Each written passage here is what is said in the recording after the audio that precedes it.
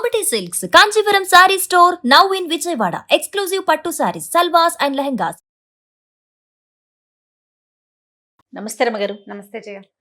రమగారు, సాధారణంగా ఇంట్లో బెడ్రూము మనం పడుకోవటానికే వాడతాం, హాల్లో కూర్చుంటాం, డైనింగ్ రూమ్లో తింటాం. ఇన్ని అవకాశాలు లేనప్పుడు ఒకే రూమ్లోనే అన్నీ చేసుకుంటూ ఉంటాం. కానీ తినటం, పడుకోవటం, చదువుకోవటం, కూర్చోవటం అంతా కూడా మంచాల మీదే జరిగిపోతూ ఉంటాయి కొన్ని ఇళ్లలో. పిల్లలు మరీ ముఖ్యంగా చదువుకోవటం, తినడం అంతా కూడా మంచం మీద. ఎంత చెప్పినా, ఎన్నిసార్లు చెప్పినా కూడా ఆ అలవాటుని మార్చుకోకుండా ఉంటారండి. అంటే అవకాశం ఉన్నప్పుడు, ఇప్పుడు అందరి ఇళ్లలో అన్నీ ఉంటాయా అని కాదు, అవకాశం కుదిరినప్పుడు. అసలు ఇది ఎంతవరకు కరెక్టు? దీనివల్ల ఏమైనా చెడు జరిగే అవకాశం ఉంటుందా? అంటే తినొద్దు అని ఒక మాట రూపంలో చెప్పేసి వినరు, లేదా చదువుకోవద్దు, చదువు రాదు, చదువుకుంది మర్చిపోతావు, అలా అంతవరకు చెప్పగలుగుతాం. అంతకు మించి ఇంకేమన్నా మనం చెప్పి వాళ్ళని మార్పించవచ్చు అంటారా? ఇందులో మామూలుగా మంచం మీద అన్నం తింటే దరిద్రం, మంచం మీద చదువుకుంటే దరిద్రం అని చెప్తారు. దరిద్రం కాదు, అశుభ్రం.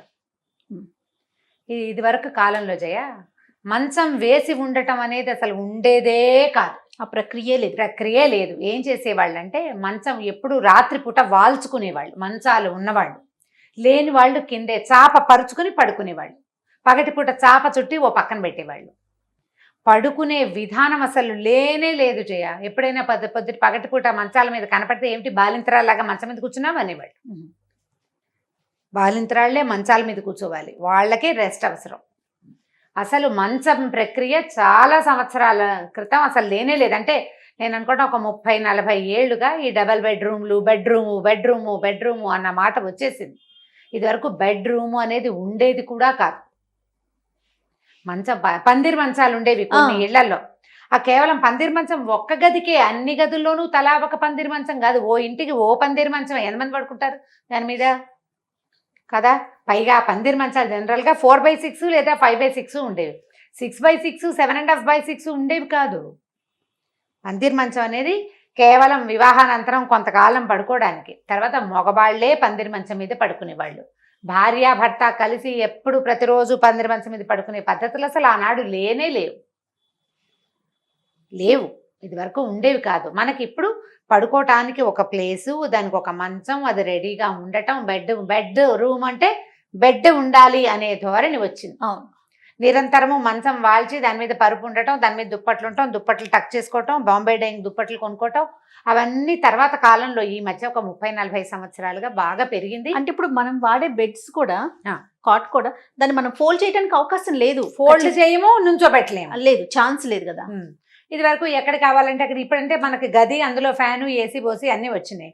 ఇది వరకు ఎక్కడ గాలి ఉంటే అక్కడ మంచాలు లాక్కుని అక్కడ వేసుకునేవాళ్ళు. దక్షిణపు గాలి మంచిది, ఉత్తరపు గాలి హాయిగా ఉంటుంది, తూర్పు గాలి బాగా తగులుతుంది అని మంచం ఎత్తుకెళ్ళి అక్కడ వేసుకోవటం, లేదా ఆరుగు మీదో ఎక్కడో. పాతకాలం పద్ధతి అది. ఇప్పుడు మన పద్ధతులు మారినాయి. అంటే మంచం ప్రక్రియ గురించి చెప్తున్న వివరంగా. ఇప్పుడు ప్రజెంట్ కండిషన్లో ఈ రోజుల్లో ఏంటంటే పిల్లల్ని మంచాల మీద కూర్చోబెట్టి అన్నం పెట్టడము, గదిలో ఇంకెక్కడా ప్లేస్ లేదు కాబట్టి మంచం మీదే కూర్చొని చదువుకోవటము, మంచం మీదే వర్క్ చేసుకోవటము, ఎవరైనా వచ్చినా మంచం మీదే కూర్చోవటము. ఇప్పుడు ఈ మంచం అనే సాధనం మనకి దేనికి ఉపయోగపడాలి? నిద్రకి. అంతే.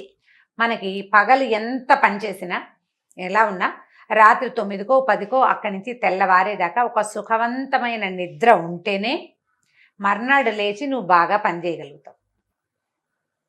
నిద్ర చక్కగా ఉండాలి.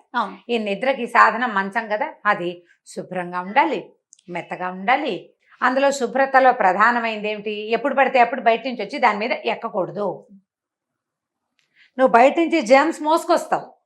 కాళ్ళకి మట్టి ఉంటుంది, పిల్లల మంచాల మీద తొక్కితే పిల్లల కాళ్ళ మట్టి అంతా దాని మీదే ఉంటుంది. ప్రింట్స్ అన్ని పడిపోతాయి, ప్రింట్లు పడతాయి, దుమ్ము. పిల్లలు బయట నుంచి తెస్తారు, ఏమైనా అక్కడ కూర్చొని తింటారు. తినేసరికల్లా ఎంతో కొంత ఆహార పదార్థం కింద పడుతుందా? దానివల్ల ఏమవుతుంది? ఇప్పుడు అది అన్నం అనుకో, ఇప్పుడు మరమరాలు, చేగోడీలు, చెక్కలు నువ్వు దులిపేస్తావు, అన్నపు మెతుకు అంటుకుపోతుంది, జిగురు. అన్నము ఒక రోజు గడిచేసరికి ఫర్మెంట్ అయి పాడవుతుంది, తెలుసు కదా మనకి. అవును. అయితే బ్యాక్టీరియా డెవలప్ అవ్వదా?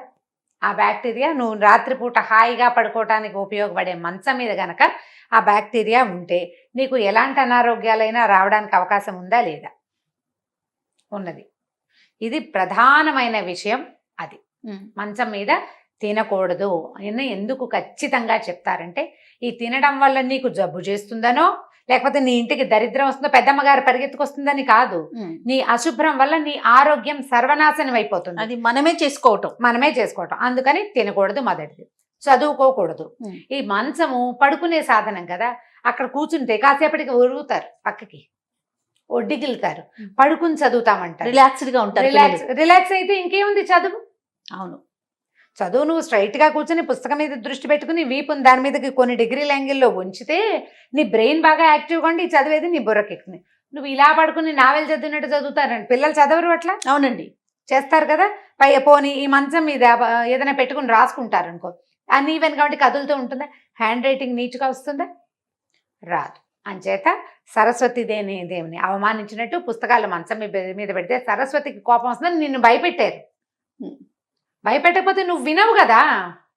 మనుషులు భయం పెట్టకపోతే వినరు. దేవుడి పేరుతోటి కూడా భయపెట్టాల్సిందే మిమ్మల్ని. సాధారణ భాషలో చెప్తే అర్థం చేసుకోలేకపోతాం. భయపెడితేనే వింటావు. నీ దరిద్రం, నీకు డబ్బులు రావు, నువ్వు దుంపనాశనం అయిపోతావంటే అమ్మో డబ్బులు లేకపోతే ఎలాగా అని జాగ్రత్తగా ఉంటావు. ఇలాంటి కారణాలు చెప్పేమనుకో, మాకు అలాగే ఉండదు, మా అబ్బాయిని పడుకొని ఎవరు నేను కూర్చోబెట్టి చదివిస్తాను అని చెప్తారు సమాధానం. దరిద్రం అని చెప్తే వింటారు, ఖచ్చితంగా వింటారు. ఈ రెండు. ఈ బయట నుంచి వచ్చిన వాళ్ళు ఫ్రెండ్స్ అందరూ మంచాల మీద చేరితే వీళ్ళల్లో ఒక్కొక్కళ్ళు ఒక్కొక్క రకం అవ్వచ్చు. ఒకడు అన్నం తినో, టీ తాగో, చారు అన్నం తినో, ఒంటి మీద చారు చుక్కలు అవి పడిన వాడు వస్తాడు. వాడి ఒంటి మీద బ్యాక్టీరియా ఎక్కడికి షిఫ్ట్ అయింది, మన మంచం మీదకి. ఒకటి. రెండో వాడు ఏవో రకరకాల ఊళ్ళో చాలా చోట్లకి తిరిగి వస్తాడు. వాడు కాళ్ళు కడుక్కుంటాడు, కడుక్కున్నా వాడి ఒంటి మీద నుంచి అవి పోవు. వాడు తిరిగిన రోడ్ల మీద ఉన్న దుమ్మంతా మన మంచం మీదే కదా. కాబట్టి ఈ ప్రక్రియలు చేయకూడదు. ఇవన్నీ దరిద్రము అది అనుకోకండమ్మా. పూర్తి ఆరోగ్యము ఇందులో ఉన్నది. అపరిశుభ్రత వాటి వల్ల వచ్చే రకరకాల సమస్యలని ముందే తెలుసుకుని మన వాళ్ళు ఇవాళ మనం ఒళ్ళు దగ్గర పెట్టుకుంటున్నాం చూడు, కాళ్ళు కడుక్కుని, చేతులు కడుక్కుని, మొహం కడుక్కుని 100 సార్లు కడిగిందే శానిటైజర్ డబ్బాలు తెక్కునుకుంటాం. అది మనకు ముందే తెలుసు మన పెద్దలకి. అందుకని ఈ పనులు చేయొద్దు అని చెప్పారు. బుక్స్లో కూడా ఎంత బ్యాక్టీరియా ఉంటుందో జయ. అవునండి, అవును. పుస్తకాల్లో చాలా మందికి నాలుగు తడి చేసుకుని పేజీలు తిప్పుతారు. అవును, అన్ని చోట్ల పెడతారు పుస్తకాలు. స్కూళ్ళల్లో పిల్లలు ఎవరైనా క్లాస్లో పిల్లలకి రకరకాల చిన్న చిన్న వేళ్లకి అనారోగ్యాలు, చిన్న చిన్న చర్మ సమస్యలు ఉంటాయి. వాళ్ళ పుస్తకం మన ఇంటికి వస్తే అది మన మంచం మీద చేరుతుంది. పిల్లాడికే కాదు పెద్దవాళ్ళకు కూడా అంటుతుంది, అందరికీ అంటేస్తుంది.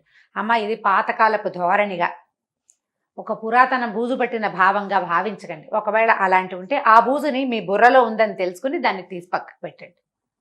ఎంత చిన్న ఇల్లు అయినా వంట చేసుకునేందుకు ఒక ప్లేసు, మంచం వేసుకునేందుకు ఒక ప్లేసు, తినేందుకు ఒక ప్లేస్.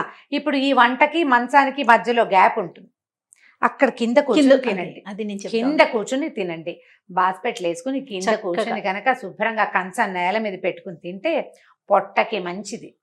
ఆహారానికి కంచానికి నోటికి అంత గ్యాప్ ఉండాలి.